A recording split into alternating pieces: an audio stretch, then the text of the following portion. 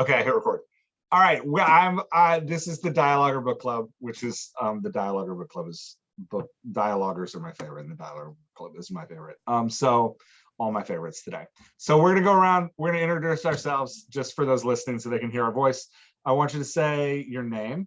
I want you to say where you are in the world, and I want you to say what it is you are up to in your author life. So I am Jeff. I am in Baltimore, Maryland, in the United States, and this is what I'm up to in my author life. This is what I do. All right, Shane, take it away. So I'm Shane. I live in the UK, about 45 minutes outside London. I am currently working on my next non-fiction book. I'm also currently working on a vampire short story, and I'm also currently working on a client project that is due tomorrow. I am going to get it done. Which is part of my editing services. So yeah. Nice. All?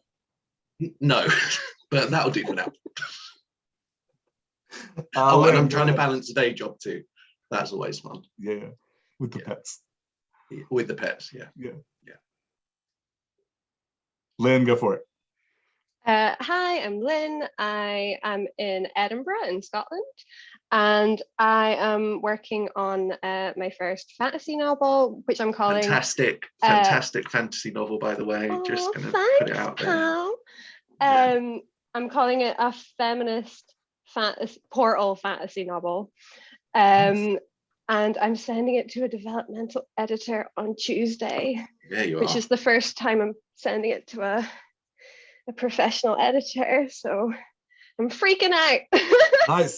Nice way to go. That's a big step. Congratulations. Yeah. Thank you. That's exciting. All right, Tom. My name's Tom. I live in New Hampshire. I am a poor, pale, older shadow of Shane, meaning I'm doing everything that Shane is doing, but much more slowly. I've got a couple fiction projects in the work. I am working on my first nonfiction book. Shane has just put out 3 since I started mine. I own a bookstore, and I also own a small independent publishing company, and do pretty much every author service you can think of, but focusing on first-time authors. And that's the book that I'm working on also, is how to get that first book done. So yeah, that's me. Nice. Cassie? Hi, I'm Cassie Newell, and I live in Florida in the US on the Gulf side. Florida, we like to divide it in half. So I live on the Gulf side, and I have written completed my first young adult contemporary fantasy series, which is a total of 4 books. And then I also have my nonfiction book, which is coming out in October, called Writer Fuel, and I focus on new writers as well.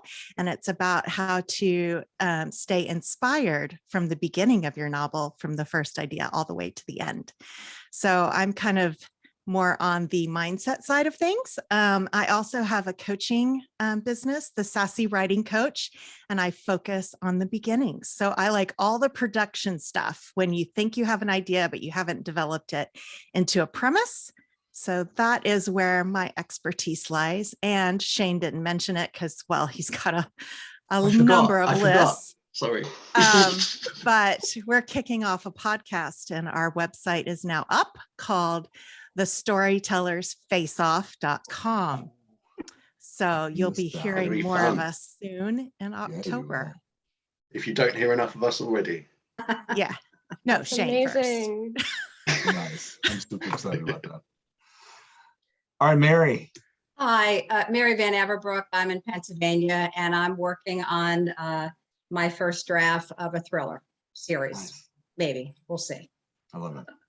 And I will add that you are one of the most kind and generous writers that I know, Mary. So I'm just going to put that out there. Yeah. Okay, so we are talking. Thank you guys for doing this with me. This literally is one of my favorite things that we do, is getting on a Zoom call together and just chatting about something.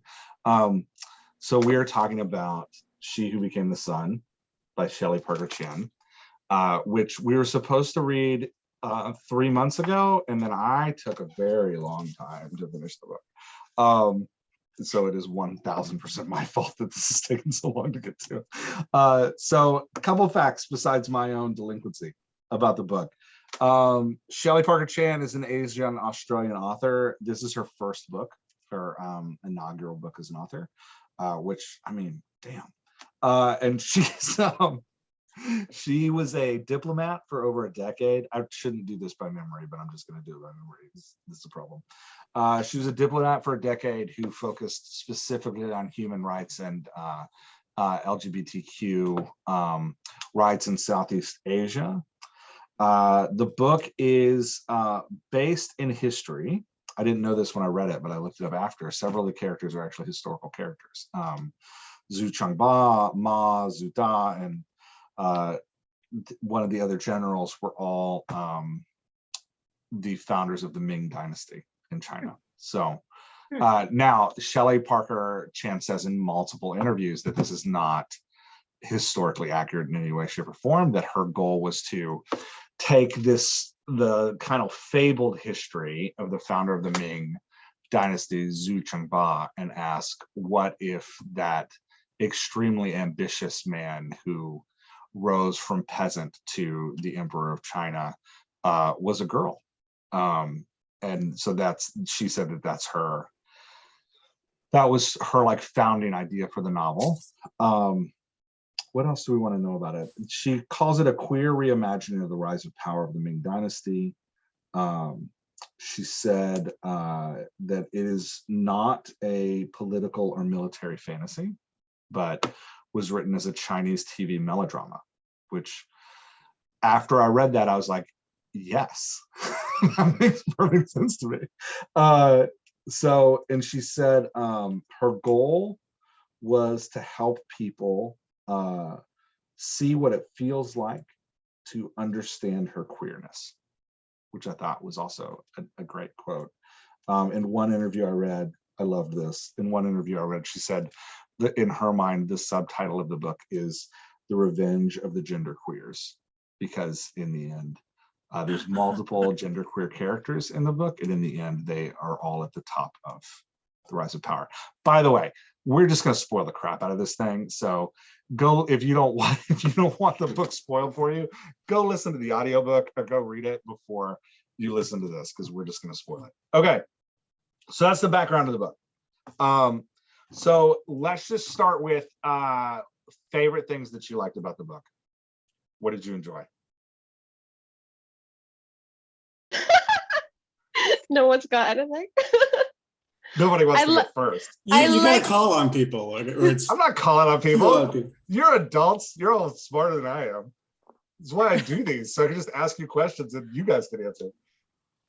I did like the gender like exploration as a theme throughout the book, and yeah, that's definitely my favorite part of it. That and the end, as in finishing it. Oh, as in like completing the book. Yeah. Yeah, it was a challenge, I thought. What was challenging? It was a challenge.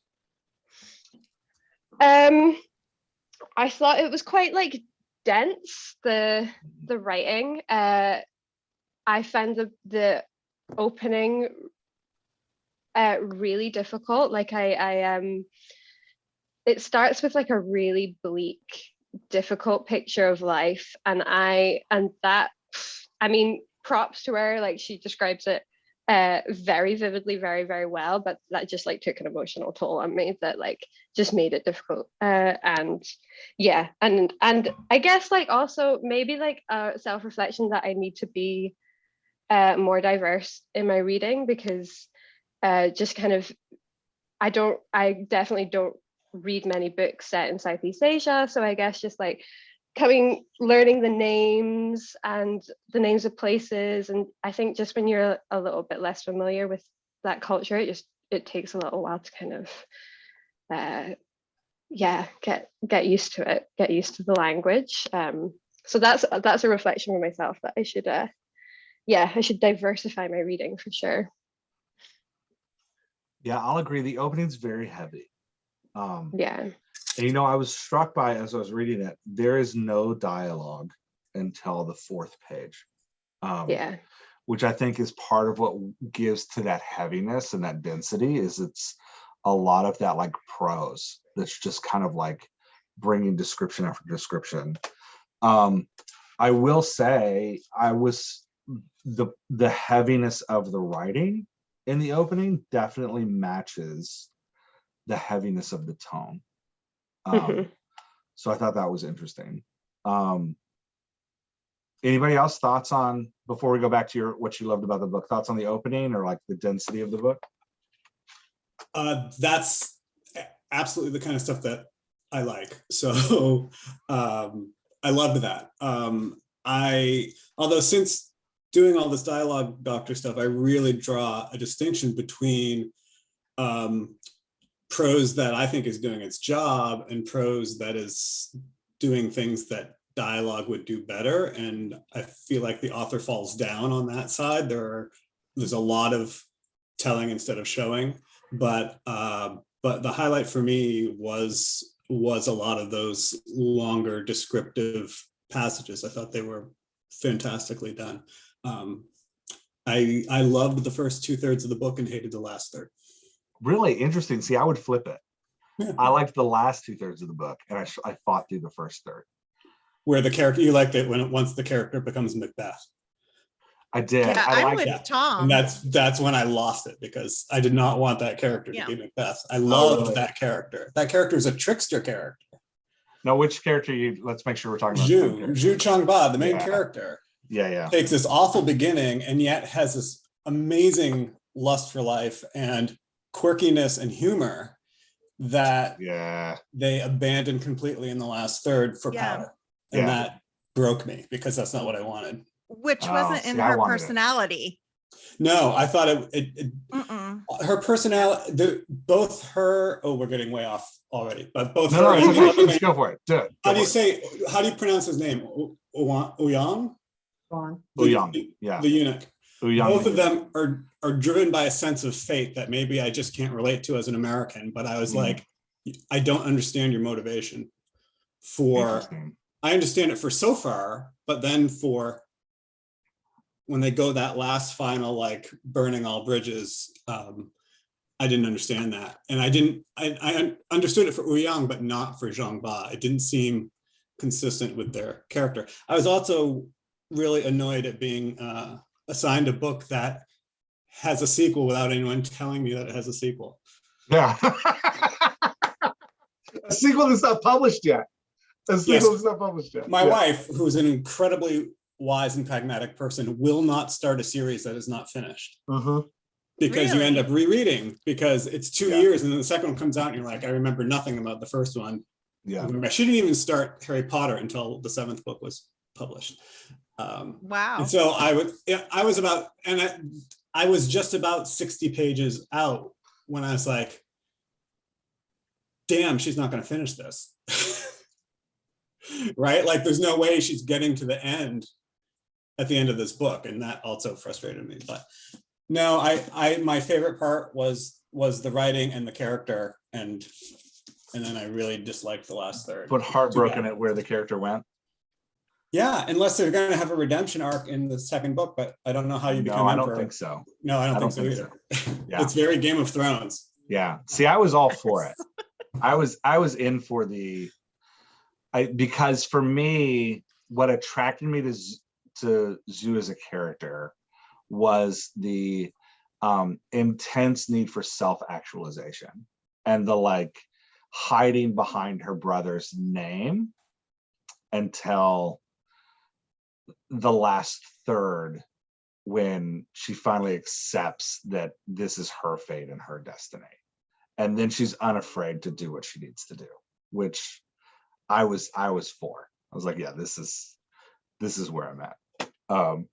Give me the Godfather rise. That's what I want. I want Michael Corleone killing everyone at the end of the. Yeah, I don't know I how said you Macbeth, compare but that to Godfather. it's so true. I was thinking Macbeth, but Godfather works just fine too. Yeah, it's the story of Michael Corleone, the nice, kind, sweet brother who's been sent off to college to not be part of the family disaster, and then finally just takes his rise of place That of like, becomes the worst one. oh, he murders All everybody. It's the time. best. Kill them all. Yeah, it's amazing. Yeah. Cassie, were you gonna say something about it? I was just going to say that you asked what the favorite part was. And to me, I don't mind dark beginnings. I was really into it going, oh, what is going to happen? Her brother's dead, her father's dead. Sorry, spoilers. But like, you what's, should go read it before you listen to this. This is yeah, not- I know you already said that, but Yeah. I like the monastery. Like that whole section was, I was in it. I was like, finally, I was like, finally, something is freaking happening that is like building, because I am one of those readers and writers who likes things to move. So if you're giving me long prose and not a lot of action of moving forward, I get bored really quickly and I start speed reading through all your prose. Like I want to get to the dialogue and I want to know where the action is. So the monastery kept me. And as soon as we started moving out of the monastery and all these other characters were being introduced from all the different factions of war, I got so lost and kind of lost interest at a lot of it. I mean, I just kept pushing through because I needed to finish the book. But that was I was a lot like Tom. I liked the beginning of the book to that.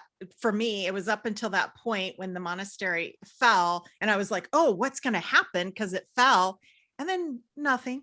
It was just kind of like everybody split apart into different factions and there's war. And I'm like, this sucks. Like there's no gratification as to all of those people in the monastery that you started to invest in, and then you didn't find them until later.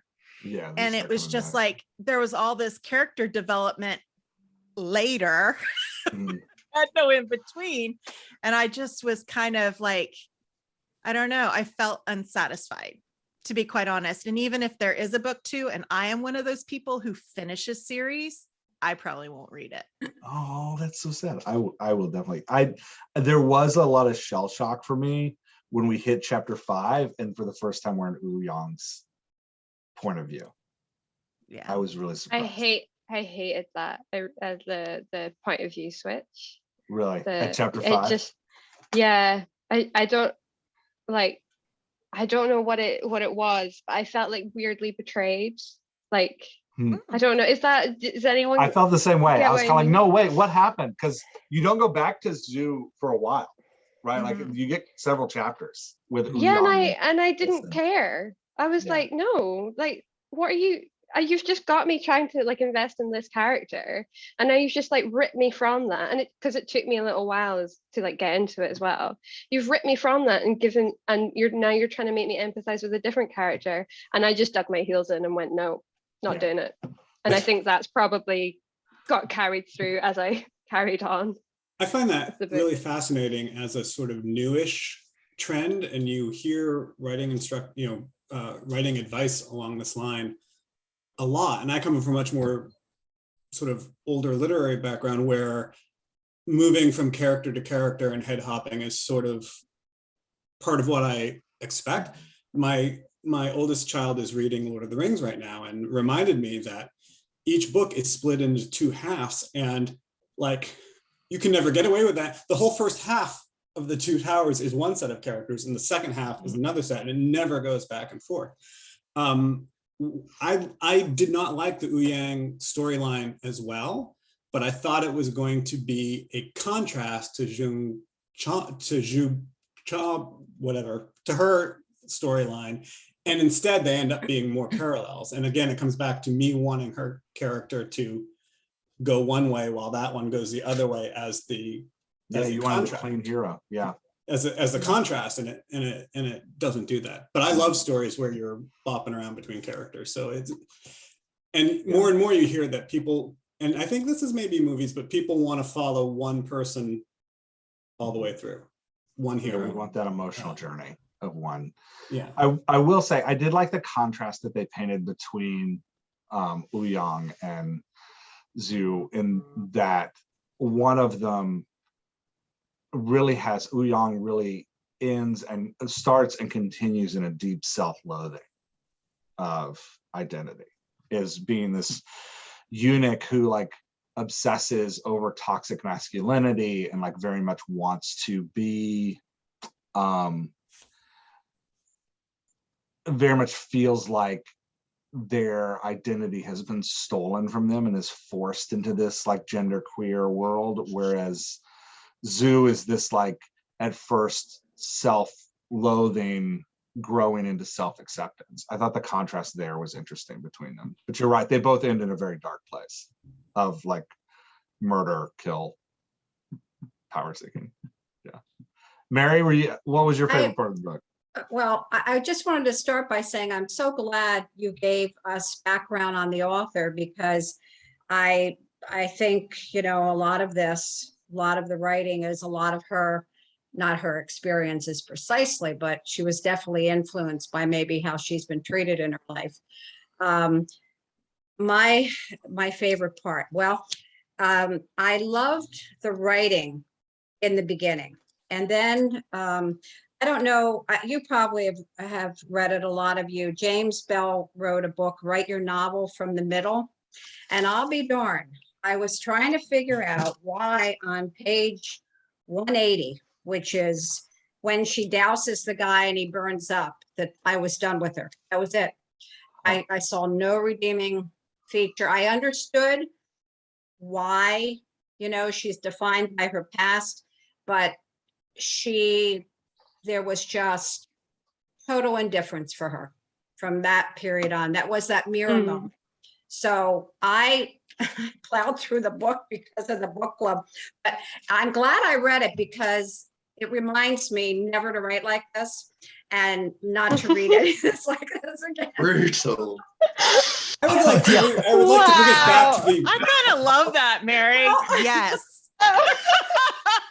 I'd like to bring us back to the beginning where Jeff said Mary was the kindest reader. It's just not like, I'm just giving you an analysis from a perspective of a reader / writer. I love it.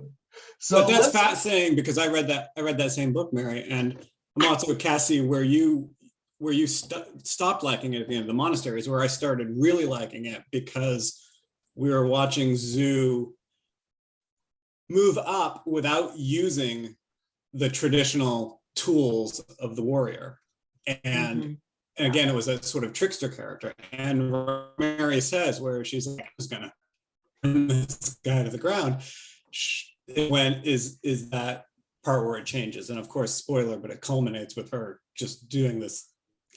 There's this beautiful scene where Zhu contemplates the fact that Ma is their conscience and then does the exact opposite thing that Ma tells her to do. Yeah. And that was just. This was where I got into it. Because I was like, this is a Peaky Blinders gangster ride. I'm in for this. I knew at this point, I was like, we're going to murder everybody. Like, I appreciate you guys just talking about it. It makes me go, oh yeah, that was good. But like when you're by yourself reading it, I felt a lot more like Mary. I did. Yeah. Anything else? Like, There really? were two interesting things, right? I can tell you the moment I connected to Zhu's character, which is when she sat outside that monastery and refused to leave until they let her in. Competition. Yeah, thank you, Lynn. Strengths, yes, whatever. But yeah, she sat there, she refused to leave. And yes, I am number 5 competition, and that's probably why it identified with me. But she refused to leave. So that's when I connected. The moment I disconnected, there were 2 things. I won't go into one because it's gross and Lynn will kill me. Oh, don't even. No, I need to know. We can maybe talk afterwards. And then the second thing was she killed the kid. Like, come on, there's no coming back from that. Yeah. No, kill that kid. I'm happy with all the rest. Like, I was happy with the guy who got torched. I don't have an issue. I'm happy with the other stuff. But why do you kill the kid, man? The only sad thing I had about murdering the kid was that it was off screen. Didn't make any sense, man. Murder that kid. Look, I don't care that she killed the kid. I care that there was no reason for her to kill the kid. I mean, Ma says it. Ma's like, I understand why. Because the kid is the symbol of power that people will keep passing. The author did not like men. No. Well, Oh, and interesting. Interesting. I mean, that's the Let's whole, talk about that more. there's even I her don't know. friend, is the boy in the monastery. Yeah. I believe that if she had to, she'd kill him in an instant. Maybe she'll do it in the second book. Yeah, I don't know that she won't, because he's a historical character that lives to Oh, the end of the okay. of the dynasty, or the beginning of the dynasty. I don't know. That's an interesting statement. I don't know that it's that men are despised as much as that Zhu and Ouyang will let nothing stand in the way of their actualization. yeah, yeah. I agree. think it would be more that, because Zhu No, Dong, her yeah. friend, is a positive male character who actually saves her multiple times, who like is kind of her, I would say he's actually her engine character that like encourages her to be who she is. So There's one. one. There's not really enough women characters in the book to really like know how she would interact with them. I don't think, like, generally. Well, look at the speaking. end. Look at the end where, you know, what's her name, Ma, the one she falls in love with. He's up there, she's up there, he's up there, you know, going to take over. And he says to her, she says to her, you know, basically, I'm going to do it with or without you. Yeah. So she's not even important to him, not to that extent, where he's willing to get out of himself long enough to take her with him, you know. It is interesting. There's a, you know, I don't, we all come from a Western context, and there, I'm just exploring. I don't know that this is an answer. I'm just exploring this thought. There is in the Western context, there is an elevation of heroes who self-sacrifice. Okay. I wonder how much of that impacts our understanding of the story, and that Zhu is not going to self-sacrifice in any way to be the hero, which for us tends to turn people into anti-heroes. I don't know. Does anybody So else that's resonate with that? cultural, Jeff? It's cultural? I don't know. I don't know. I if don't it is or know. not. I haven't I read, think- I don't know enough about the culture. I mean, the Eastern storytelling palette is different for sure, but I do think that made sense to me, that she would sacrifice everything for her fate, because that was the point. Like she wants to be something because she was told she was going to be nothing. So I got that, but there were just a lot of things that didn't make sense, that there was no reason for. That bit was fine. Like the character arc, I actually understood. Well, I'd like to know what happened to the monk, you know, the guy who was in charge. At the Yeah. end, he says that Yeah, he he's chopped dead. his arm off. died.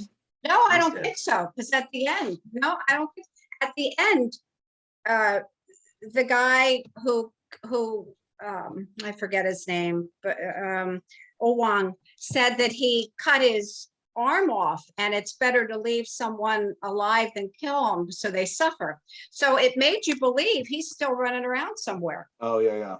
I did. But they don't tell you where. Maybe he'll be in the second book. I think We'll never know. You'll tell Because we me, won't Jeff, read it. after you Well, read no. it. I'll know, because I want to read it. Jeff will tell us. Tom and I'll Jeff tell you. will read it and let us You, know. to come back to the gender Oh, sorry, one, you I go. love the way we keep using different pronouns with Zhu, which is Yeah. fascinating. Part of the fascinating part of the book.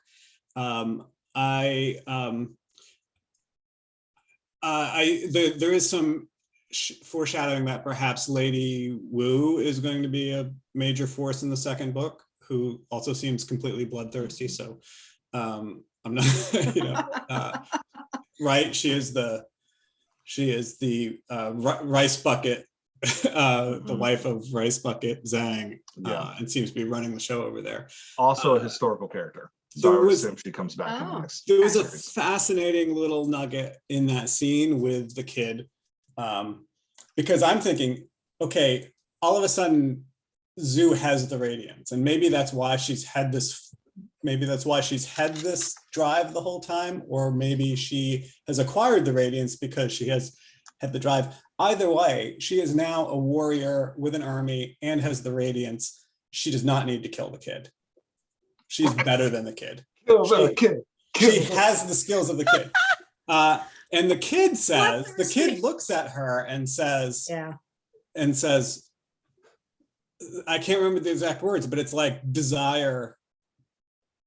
A very Buddhist, he says a very Buddhist statement about desire will be a downfall or will, whatever. And I felt like all the minor characters are trying to tell Zhu to not be like the others, and it just doesn't land. And so when I'm looking at character arc, I'm just, I don't know. Even Macbeth at the end wanted to back out. I think we might head there in the second book. It's hard to know. All that Shelley Parker-Chan I read has said about the other book is that it's going to be filled with a lot more magic, and that the ghosts are actually going to play an active role in the next book. Are any of you disappointed that it didn't have as much fantasy and magic in this book? Because I was a little disappointed. Like, I thought that was going to be part of this book and how they marketed it. And you don't see that till the very freaking end. I mean, you have to build it out slow because it's a magic system, but there's slow and then there is slow.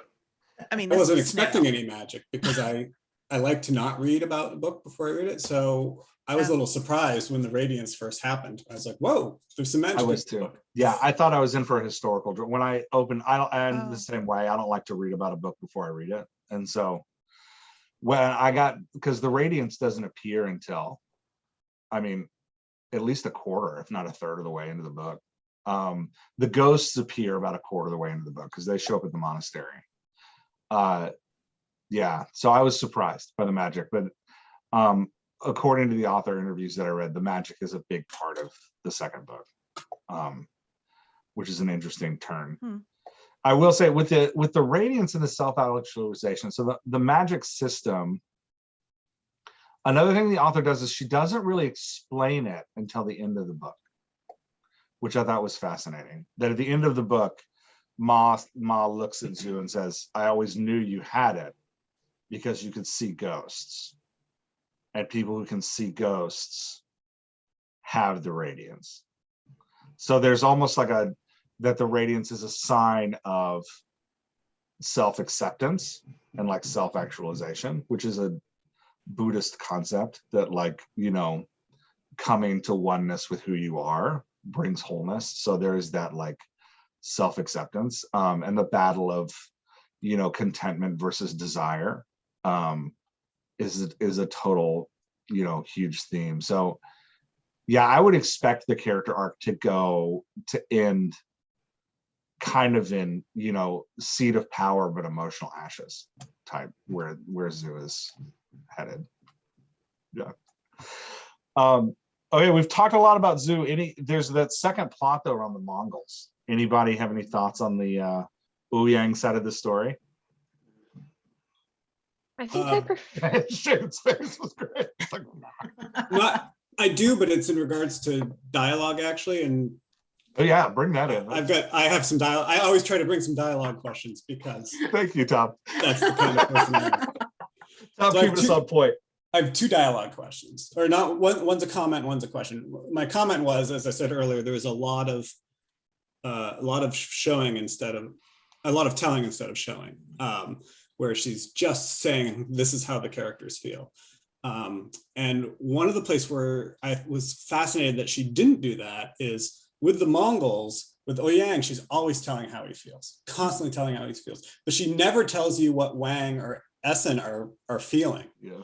And those were the most compelling scenes to me. Those scenes of the two or three of them talking and trying to suss each other out. And Wang is just this master of like, not gonna tell you. He was my favorite character. And it came out in the dialogue really well. So I admired that when she did it well, and I really noticed it when I felt like she was doing it poorly, where she was just like, yep, here's what this character's thinking, here's what this character's thinking. But my question was, I also wonder, when you're doing a book that is has a rich number of dialects and historical aspects to it, is it harder to draw distinctive character voices? Because, or for me to understand, maybe for me, as me, a white guy in New England, to understand the distinction of character voices, because I can't thinking back on the book, I don't think, ooh, I really like that character voice, because to me they were all sort of steeped in the politics and the cultural structure, and all of which was foreign to me. And it's just it brought up a concept I hadn't thought of when it comes to dialogue and the challenges. Anybody else want to comment on that? I mean, I can jump in, but I don't want to just jump in. Anybody else have thoughts on character voices and dialogue throughout? When I read that it was intended to be a melodrama, the dialogue made sense to me. It's very preachy and very paragraph filled. So like, there's not, like you're saying, Tom, like the Essen and Wang stuff has a lot of back and forth. There's a lot of exchanges. Their clips tend to be a little bit faster, so it brings a lot of energy to those pieces of dialogue, especially when there's that one chapter where their father dies, and there's a lot of back and forth post that. That really brings a lot of like energy to those pieces. But especially when you get to Zoo's conversations, there's a lot of preaching, like 4 or 5 sentences at a time for dialogue, which is common to melodrama, right? Like melodrama has long soliloquies all the time of people kind of like expressing their feelings. So I think once I came to understand what I was reading, which I will say, I don't think I actually understood it was a melodrama until post-Monastery. When I got after the Monastery, I realized like, oh, this is a fantasy romance melodrama. This isn't a military or political book. This is about, you know, love and connecting with people and the like deep emotions that come with melodrama. I don't know. That was my take on the dialogue, was that like it was very genre specific for kind of the rambly speeches that tend to come with melodrama. Typically I'm not a fan of, but I think the narrative of like self-understanding kept me engaged in the story. I don't know, Tom, what do you think? Yeah, and again, I felt like the preachiness was in the prose, not so much the long speeches, but that the author was actually telling you how people felt, and I bristled against that. No, I was just thinking of how I had trouble finding distinctive voices, and if maybe it was because all of their voices were distinct because of the historical setting and time and place. And people who read more historical fiction than me, but you know, like when you're watching like a Game of Thrones or something, and everyone's speaking in sort of like the affected tones of that time period, is it harder to delineate voices, or do you just use the same tricks? Or It's a good question. For me, Tom, I think what it would have been easy for me to think that some of the characters sounded the same, but what helped me was whatever action was connected to it.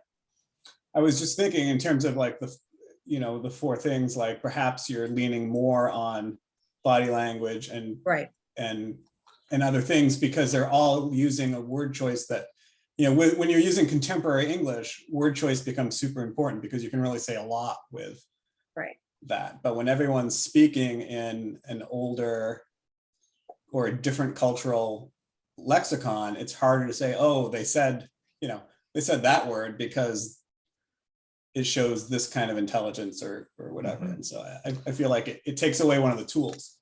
Yeah, and Zoo's, I will say Zoo's voice definitely modulates based on circumstance and surrounding. Like Zoo sounds different when she talks to Ma than when she's in a official capacity, right? Like in her official capacity, she's very much short sentences elevating whoever she's talking to.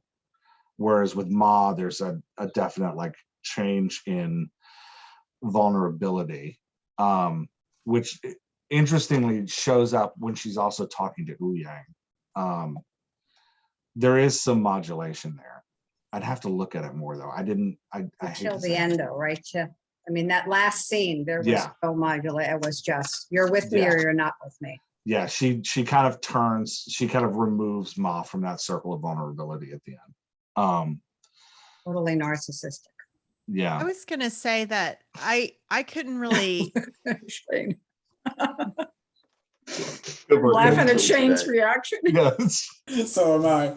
I mean, you're not wrong, but brutal Well- analysis today. It's not emotional based. It's just analysis. Mm. What were you gonna say, Cassie?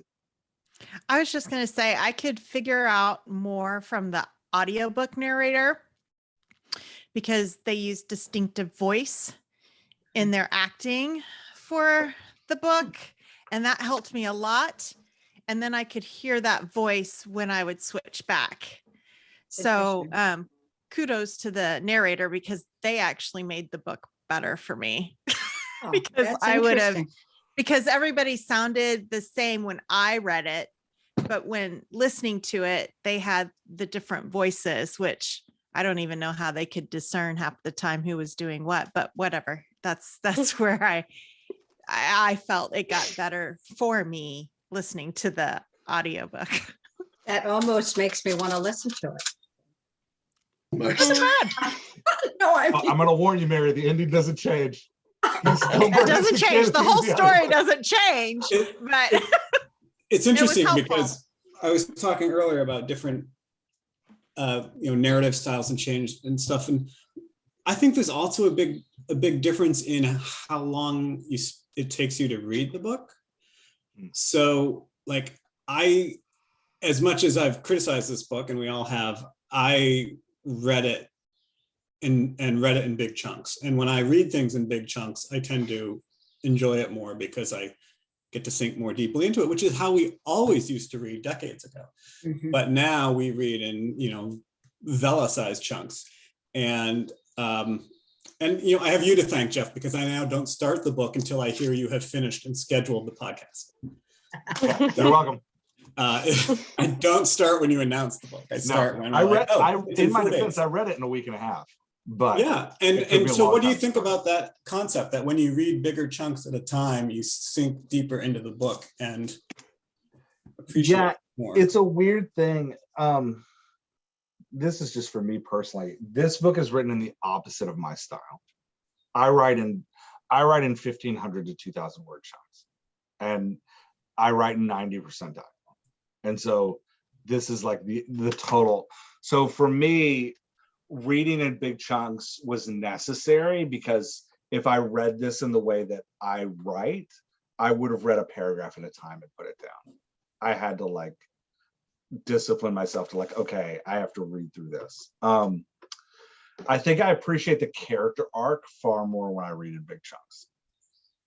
Does that make sense? Like, Yeah, no, I agree. I 'Cause I track the write the same way. characters. I write short chapters also, but I've just noticed as in the last 10 years, this big difference of my appreciation of a book when I can actually read it in 50, 60 pages at a time instead of 5. yeah, and my problem with what I do when I read like 5 pages at a time is I tend to forget. I lose the long arc of the story. The scene becomes everything. And like the long character arc, I lose. Yeah. And often when I read in small doses like that, I find myself reading like 3 books at one time and they all get muddled in my head. Yeah. So this one, what was different about this one was it forced me to read the whole thing in one. Like I couldn't have read another book while I read this one. Or I don't know that I would have picked this one back. yeah. Yeah, I read the first half in one sitting. I was so entranced by the writing up until the mid, and then I had forced myself to read. But the beginning was fantastic. I couldn't put it down. I'm curious, Shane, because you call yourself a whale reader, right? Like Indeed, I think you that's the accepted term. Yeah. So how did you read this book? Did you read it like you would normally just go? Yeah, I read it fast. Yeah. I think I read it about 3 sittings, 3 days. Interesting. I think I took 3 months. Yeah, because I'm like the opposite of that. Like I like to like get a book that's I cannot put it down and I read it in 1 to 2 or 3 days. And then I'm one of those people that will flip back to it. And I will reread certain sections, and then I am a total entertainment B reader. Like Totally with you, Cassie. Totally with that, you. that is how I am. But this book took me weeks, and I couldn't read any, I can't read fiction simultaneously. I can read fiction and nonfiction, but I can't read two fictions at the same time. Yeah, My I'm the brain same. can't handle it. Yeah. So this one took me like a couple of weeks to get through. In my it was so defense, heavy. though, on the speed thing, I do speed read, so I would read any book the same. Yeah, So you it's would. not- yeah. That's interesting, because I was just curious, because I know you have a pattern, right? Isn't Yeah. that what I don't even know if I define whale reader correctly, but I was just curious. I think it just means you read somebody a lot. that That's how I Yeah. interpret it anyway. But yeah, the only reason I can get through so many books is because I can speed read. It's not, it wouldn't be specific. I'm the same with nonfiction. It wouldn't be specific to a particular book. really interesting. Okay. Because I know there are some readers, right, that don't reread. I am not that person. Yeah, I never reread. I love to reread. If I have a favorite book, or I think it's, and I've missed something because I've been totally entertainment reading, I will go back to put on my writer hat. But I'm totally an entertainment reader first.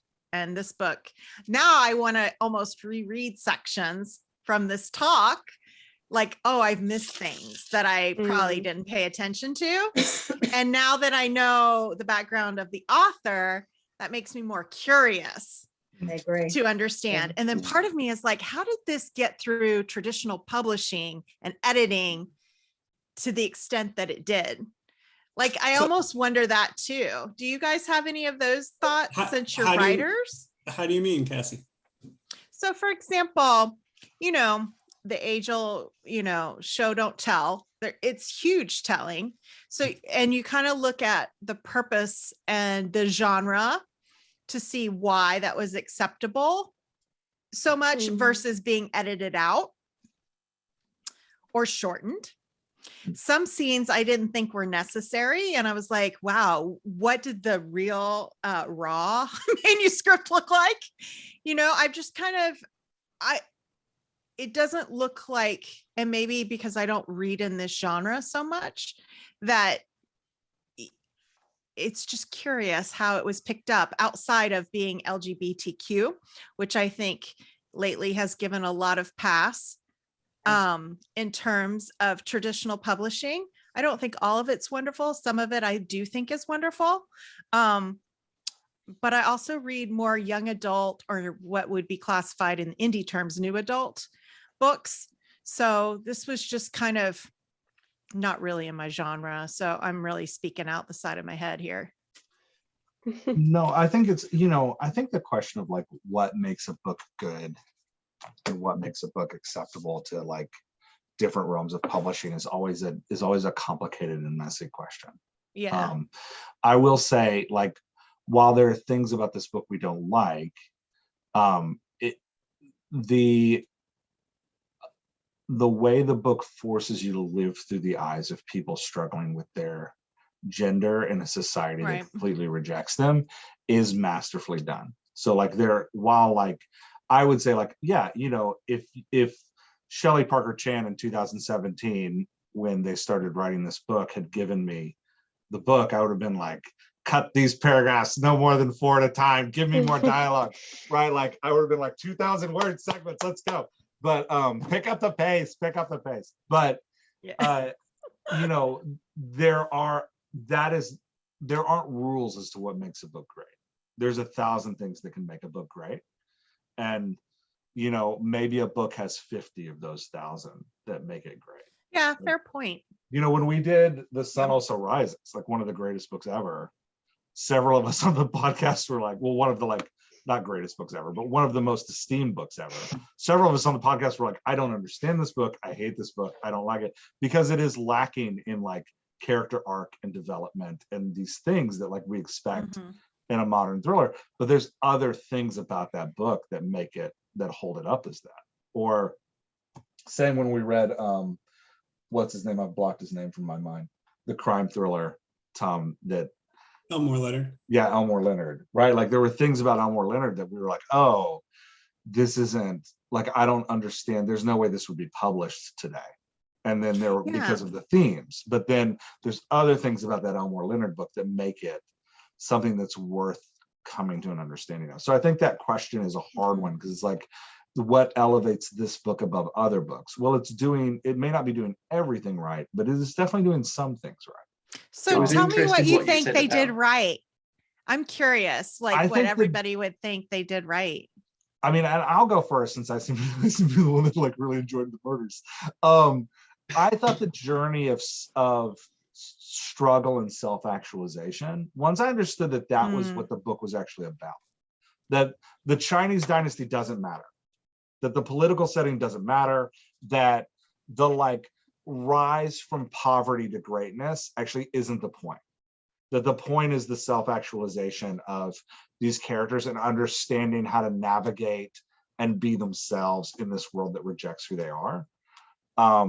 I read the book in a way that I could appreciate that character arc.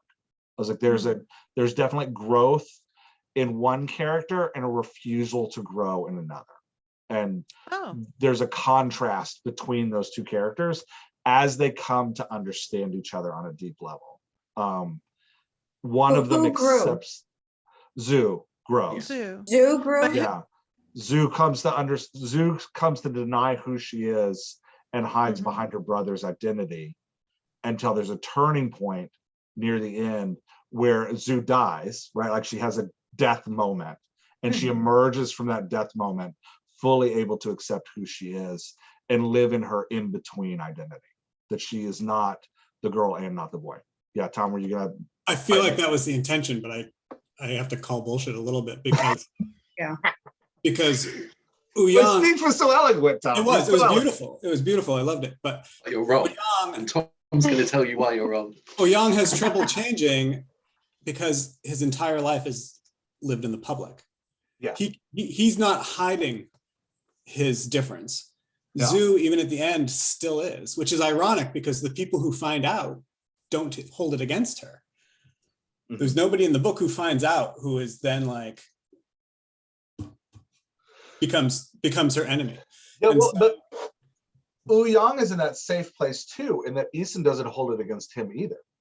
but everybody else does. But everybody else does. only But one that Eason but he has that safety under this man that he hates. But Ouyang is judged daily by 90% of the people around him, and Zhu never has to deal with that. And so if she comes to terms with who she is, then why is she still masquerading as a man? She's still living in a man's world. Or still living, as a man. I mean, Yeah. like, there's no way she can have what she wants if she comes out as non-binary, like or especially coming that out time as being period. born a woman. There's just no But way. I don't think she'd even want to. I don't think the Yeah, desire I is don't there. think she There's would no want to desire. either. Yeah, then that's where because I do think, from my perspective, the art works because she's essentially progressing through Maslow's hierarchy of needs from the start of the novel to the end. She starts in a position where she's catering for her survival needs, progresses through all the stages. At the end, there is self-actualization, but I agree with Lynn. She knows that if she reveals herself who she really is, she's not going to have the things she wants. And the thing she wants more than anything to be self-actualized is to have this amazing fate and this life of purpose and all this stuff that she was told wasn't going to happen for her. So I do think the character art worked in that respect. And I think part of what Shelley Parker-Chan does really well is forces us to have this conversation, which I think is what A lot of good perspectives. Yeah. yeah, she does it. And one of the things I think she does really interesting with the craft is one I noticed pretty early on, Zhu's pronouns change based on the perception of who's the POV is. So at the first, when Ma becomes a POV, Zhu is referred to as he. Yeah. And when other noticed people that. see Zhu, they refer to Zhu as he. But Zhu, when it's Zhu's perspective, Zhu refers to herself as she. So there's an interesting play, I think, through the book with pronouns too, that I thought was really a fascinating thing that I thought like, oh, that's an interesting way to play with gender and the perception of gender by other people, and like the way that they place gender upon you via these pronouns. But yeah. So she did that really well, you would say. I thought she did that well. Tom, Yeah. go ahead, Tom. Come at me. Why does this always happen? Where's Laura? That's right. I'm filling in for Laura today. I shall be Tom's antagonist as Laura I today. just want to say I only get invested in these arguments because I'm fascinated by the book. If I hated the book, I'd be like, yeah. Look, we don't read crappy books. That's true. Yeah. I felt like many times in the book, Zhu is self-identifying as male, that they don't feel like a female. Mhm. And I thought that was a positive trans story, except her point of view is she's still called she, which if she were a trans person, she would probably be referring to herself as he. In other books I've read with trans characters, they don't refer to themselves as she. And so I felt like there was a bit of confusion there, especially as once the love interest develops, it gets even more muddied in some ways. I want to say the muddiness was the point. Yeah, that's what I thought too. Mhm. Yeah, Yeah. that it's because it's exploring that like the non-binary and But there's and who she is. But there's a sort of weird thing where she embraces the male persona Who when they she are. decides to be her brother. Mhm. And then when she embraces it fully, which is not quite how I think being trans works, where it's like deciding you're going to be your male brother. And then, as you say, when she has that death moment and she awakens and has the romance, she realizes she can have her fate without being her brother. She can be her own person. And she tends to oddly bring back some sort of feminism, but also becomes even more bloodthirsty, which is interesting. Yeah, and I will say the author never refers to Zhu as trans in her interviews. I do have a cheat here because I did go read like 50 interviews. But Zhu refers to herself as a man often when it's not just part of the show. Yeah, the author calls Zhu genderqueer. Okay. Yeah. So, and I don't, I get what you're saying, Tom, that like they're in a clean character arc, there would be a clear like transformative like moment, and that there is this like bouncing back and forth based on suited needs. And so there's kind of a confusion in like, what are we trying to say about like what is being said about gender in this moment? I get where you're going.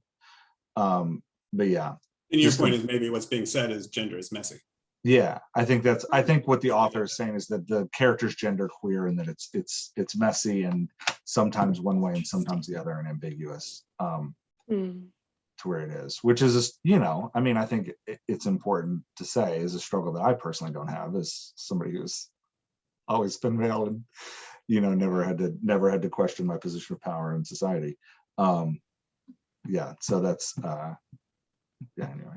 All right, anything else we want to say about the book? Anything we haven't talked about that y'all found interesting or that you learned from as a writer? Can I just come back to something you said a while ago, which was about the romance and the love? And I've been sitting here being like, and I've been thinking about that. And but I have to say, I felt love between Yang and Essen, a very, very interesting love. Like I really enjoyed the dynamic because so Essen's like a brother-like, but also maybe some attraction there figure, and he's kind of bound to him because Essen's dad was the one that made him a eunuch. So there's lots of really confusing emotions there. But that relationship is the relationship where I saw love, and then I saw love, I guess, from Ma, and not so much love from Zhu. So yeah, I'd just be interested in people's thoughts on like love in the book, because I would never describe it as a romance. No, because Wong kills, doesn't he kill the one Yeah. Yeah, but he cries. when he Oh, well, does it. that's okay. That's then. cool. All good. That makes it all right. No, I think. But that, you're right. That was a love. That process was a love process. That was nice. Mhm. Any thoughts on love in the book?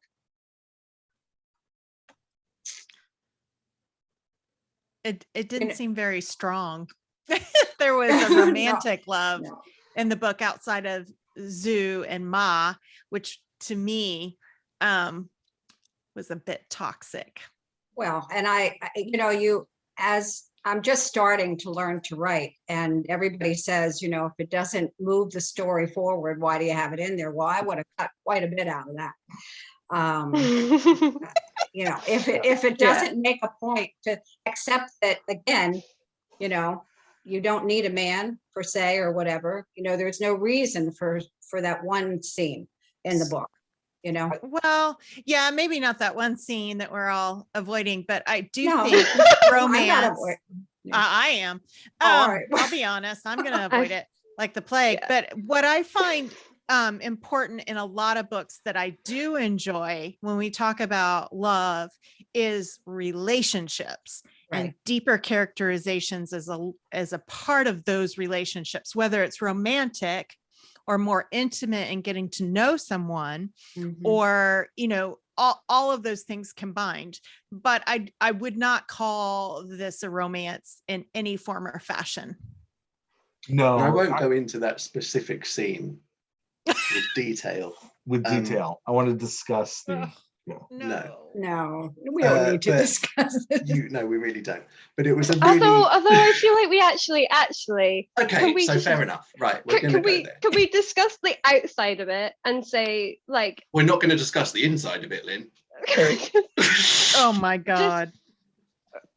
I just My point is, This is my Right, favorite it was- book club ever. it was badly it was written. traumatic. Well, it was, yes, but I have written not scenes like that. Don't anyone, but I've written that kind of scene in my books, and it was a bad version of that type of scene, if you ask me. See, I never read erotica, so for me, No, I don't either. But I've read it was a surprising. intimate scenes. That was just Yeah. a very surprising. I wasn't expecting it to go in that direction, or it shouldn't ever go in that direction. Nothing like that should go anywhere near that direction. Sorry, I'm getting specific. If I can I I had no idea you guys felt can that way I about just that move scene. it That's really back to funny. what Cassie said a minute? I agree that the romance, it's not romantic in the way that our culture would, but when you think of where she came from, her whole history before she got to meet Ma, a few of those dialogue paragraphs or sentences when they're together and he's trying to help her, and I don't know, that to me was kind of bonding or love, or a hint, maybe a hint at it, A hint of intimacy between the two of them. yeah, a hint. Yeah. right. And maybe that shows the incapability of Zhu's complete intimacy or romantic aspects to Ma. And maybe that'll be explored more in book 2, which I won't read. When your whole life is hiding your true self. Right, how hard can to, you, where did you she know, learn his- that? Yeah, his early no, that's a scenes- great point. His early scenes with Ma are performative in the same way that his scenes with the lords and such are performative. And then later he tries to move past that. Zhu tries to move past that and then decides it's not worth it, I guess. I don't know. I mean, there's a definite choosing of ambition over desire. Mm. Interesting. Yeah, I think there's a Those rejection. early scenes with Ma, he's behaving the exact same way that he is with everyone else, because everything's a performance when you can't show your true self. Yeah, and in the end, there's definitely a rejection of partnership over Mm. the pursuit of self. And maybe we just found the reason for that scene. I'm just thinking, in listening to you. Performative, like Tom was No, saying. that's No? the scene that he didn't care about himself. That he did care more about her. So maybe that and her That's enjoyment. the breakdown. Well, maybe I don't know. that's Was it her, not that that was her was she not fulfillment. was she not enjoying the power she had over Ma? That's kind of what I, which is That's true, actually, too. now I've said that, now I'm realizing why I find the scene so upsetting. I think I read it as it was her enjoying having power over someone in quite an intimate. Yeah, That's how I read it. sorry. Oh, I'm I I didn't having see it I as didn't read power. it as a sexual Okay. scene. I read it Yeah. as a Oh, I scene saw where- it. Okay, I Yeah, didn't. I I was read with it as Mary a until sexual. just now, thanks. It was a dominant thing for sure. Yeah. Dominance thing. Yeah. and a I find moment it where really, Zoo got really to- difficult to read. Yeah. Yeah, where Zoo got to play the role that Gal had, where Zoo got to be. Huh. Yeah, But it was to give her satisfaction and fulfillment, right? no, No, Yes. it was I Well, didn't I read it won't that way. reread it to see. Casting I'm not gonna reread it either. satisfaction and fulfillment was a badge of honor. Okay, all right. Then I read that all. Maybe I The Zoo was earned. zoomed through that, yeah. Yeah, I think I don't have anything else to say about that. I'm interested to see, because of the historical context, I'm interested to see what the author does with childbearing in the next book, Mm. Oh, Lord. because you're Well, talking about two characters Well, you who are can going to tell. try to build a dynasty. So and having a male heir is already, with the conversation between Wu and Essen, having male heirs that are able to express your dominance over other people is clearly very important to the culture. I'm curious to see where that conversation goes in a second. And when they are not direct bloodline, Mhm. it causes problems. It causes Like, we've problems. already shown that. Hey, before we wrap up, I just wanted to recommend a book, maybe not for book group, because it's another gender queer retelling of a famous story, but I adore this book. It's called Once and Future and of course it's backwards on my screen, by Amy Capetta and Corey McCarthy. It's YA. It is It's a not gender, backwards on our screen, by the way. it's a gender queer retelling of the Arthur myth set in space. Interesting. Fun. And In space. yes, in space. Oh, It that's totally up my alley. is- it Young is adult phenomenal, and it is fantasy in space. it is got We have to grab that incredibly Once and Future. diverse characters, and it's a beautiful mix back and forth of big cast scenes and one-on-one scenes, Nice. and it's funny and it's great. But it is part 1 of 2. I'm telling you up front. But- Is part 2 out yet? So, oh, of course, part 2's out. I wouldn't Okay. recommend it to you otherwise. so it's great.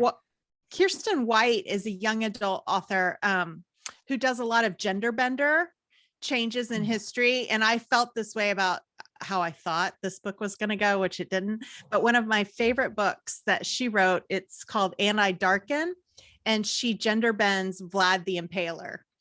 And he is a female and she is brutal, and it's really good. I was hoping that this book would be in that same vein, like a gender bender, but it didn't quite work that way, this book. But I love those types of gender bender flips on familiarity. I love it. But I think maybe that's the feminist coming out of me there, Lynn. I like that a lot. Okay, any final thoughts on Shelley Parker-Chan's book, She Who Became the Sun? No? that Ma was the most disappointing character because of what she does at the end. I just wanted to say that. I thought Because she she doesn't really take a went. stand at the end. Yeah, I just thought she really sacrificed the things that she believes in. Maybe that gets better in books. Really disappointed. Or maybe comes she through. goes full. No, look at you. Maybe she becomes worse than. Look, these are gangster novels. You got to read these as gangster novels. Oh, In the end, Michael Corleone sits alone at a table, sad in Italy. That's where this is going. By okay, himself. all right. Yeah. Okay. That's where this is headed. Yeah. These are at the end of Peaky Blinders.